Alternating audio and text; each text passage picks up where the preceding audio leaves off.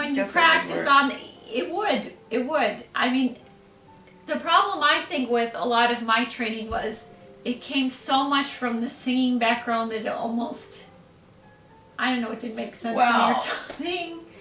Well, I don't know, it didn't work. So now it works fine, but it's only because I approached it.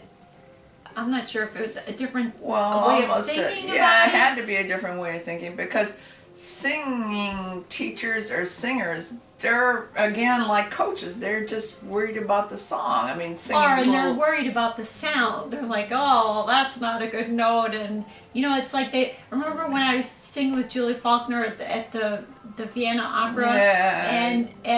And you were there with me, and so I was singing more resonant or whatever, but you're like, but it's not in tune. And then she said back, well, it's not going to necessarily be in tune in the beginning. Which, well, I don't know, because when you can do that one note at a time, though, you can get it in tune, and then you get the facility of the technique. Yeah, well, I think that your muscles learn then to even support it too, and to get your open sound and everything else. And that's with the instrument with one note, whether it's a clarinet or whatever.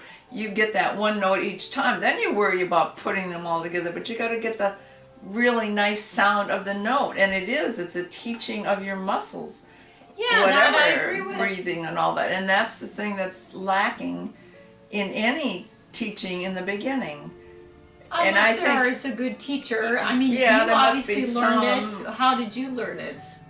It seems like I learned it more when I switched to viola, because the viola is all sound. I mean, so you're Di Pasquale. I guess so. Because I don't remember too much. I mean, after I had my master's and then I was studying with Frida Herseth. You know, she actually taught me more about the singing stuff than I had learned previously. But then working with you, I think I was working with you at the same time. Yeah, and then did some lessons with her. And she gave me things that I still use. Yeah, because good teacher will have these. So there are a few things they've learned. I just wasn't lucky to get any until later. It's hard to find, and oftentimes a great performer is a lousy teacher too. Because a great performer is natural, and somehow they have learned, they hear it, I don't know what, how to do something, and they cannot. They practice, there's no doubt about that, but they can't always explain what they do. I agree with. Like for singing, how can you teach a person how to sing when you can't see your instrument? It's not the same as like looking. Yeah, but you're not looking. Well, you could say, that you're not. How you do it, your fingers. Yeah, I know, but it's feel. It's all feel. Well, it's the same thing as for the voice too, but I think it's slightly more difficult only because it's hidden. Yeah, it's a hidden thing, and it's your physical body. Yes. If you're not feeling well or whatever, your support is going to be different. Yeah. And I mean, in fact, I don't think it hurts to sing when you're ill and stuff, because then maybe you do actually learn something from it. Get it better. Yeah. Well, yeah, because your singing conditions are going to be different every single day, because your body is different every single day. Yeah. And you're singing in different rooms and different places, and like this week. So this week was Valentine's week, and I sang 6 concerts in 5 days. 2 of which were in one day, and they were like an hour and a half apart. I had to race 80 miles an hour down the highway to Alexandria to do a concert in Alexandria. Okay, but I am at a good stage now, so that I was not only able to do the 6 concerts in a row in 5 days, but I feel pretty much well for every single concert. In fact, I thought I did quite well. Okay. And you can vouch for the last one only because you were there. Yeah. Right. But what I'm getting at is that you and I practiced, and I practiced a lot. Yes, for to this get new to program. That. Right, to get. And to that I point. think I've gotten to another level, and I think part of that was because in the fall we were practicing for those other concerts where I was at that Harmony Hall place. and we were working on some new things, and I think I pushed myself. I wanted to get to a little bit better level, so now I think I'm above that level. But it's only because I had practiced. Well, yes, of course, you're never going to get there if you don't practice. But that's part of the thing. Like, practice correctly. You know, someone was asking, my friend across the street, she was asking me, so you practice every day? How could I not practice every day? You have to. You have to. You have to. Okay, today I'm taking the day off, but it's only because I just did 5 days of 6 concerts. I have to sing tomorrow, and I have to sing the day after that. Right. No, everybody has to practice all the time, and that's why I got tired of playing. I remember you saying that to me. That you still gotta practice. Yeah, you still gotta practice to make sure that same note is in the same place. Because if you don't practice, somehow it moves. You know, something moves. Your finger just quite doesn't get there. You're no longer in the middle so of the you have note. to practice forever. And I don't think anybody really tells you that either at the beginning. It's like you figure, oh well, you get into an orchestra and you're rehearsing all the time. You still have to practice individually.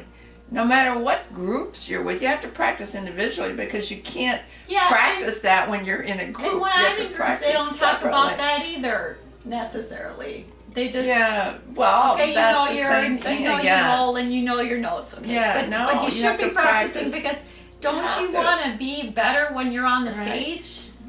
And you want to be better than everybody else. I mean, the whole point is you want to be better than people around you. Because but don't you want to be better than yourself? That's what I'm saying. Like how in November I forced myself to get to a certain level. Now I am above that level because I practiced even more because I wanted to add on to that other level. Yes, of course.